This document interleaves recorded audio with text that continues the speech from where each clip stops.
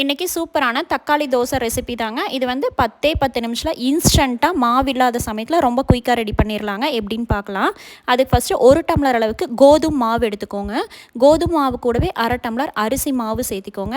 அது கூடவே 1/2 டம்ளர் வெள்ளை ரவை சேர்த்திக்கோங்க. இந்த அளவுகள் எல்லாமே 8 தோசை தாராளமாக வருங்க. அது கூடவே 5 சின்ன வெங்காயம் சேர்த்திக்கோங்க. 5 பல் பூண்டு சேர்த்திக்கோங்க. 2 மீடியம் சைஸ் தக்காளி கட் பண்ணி சேர்த்துக்கோங்க.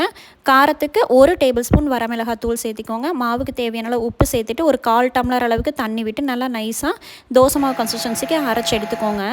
நம்ம வந்து மாவு வந்துட்டு புளிக்கவெல்லாம் வைக்க வேண்டியது இல்லைங்க. அரைச்சா அப்போதைக்கு அப்போவே நம்ம தோசை ஊற்றிக்கலாம். மாவுக்கு உள்ள வந்துட்டு நல்ல மணமாக இருக்கிறதுக்காக ஒரு 1/4 டேபிள் ஸ்பூன் சீரகமும் மல்லித்தலையும் ஆட் பண்ணிக்கோங்க. அப்போவே நம்ம தோசை ஊற்றிக்கலாங்க. தோசை வந்து ரொம்ப ரொம்ப சாஃப்டாக சூப்பராக வரும். நீங்கள் ரோஸ்ட் மாதிரி ஊற்றிக்கலாம், கல் தோசை மாதிரி ஊற்றிக்கலாங்க. ஒரு 1/4 டேபிள் ஸ்பூன் எண்ணெய் விட்டு மூடி வச்சு வேக வைக்கும்போது நல்லா வேக வச்சு எடுத்துக்கோங்க. அப்போ தான் வந்துட்டு நம்மளுக்கு வந்து பிய்யாமல் சூப்பராக வரும். நல்லா டேஸ்ட்டும் சூப்பராக இருக்குங்க. டக்குன்னு 10 நிமிஷத்தில் நம்ம மாவு இல்லாத டைமில் கோதுமை மாவு மட்டும் இருந்தாலே ரெடி பண்ணிடலாம். ட்ரை பண்ணி பாருங்கள், நல்லாயிருக்கும்.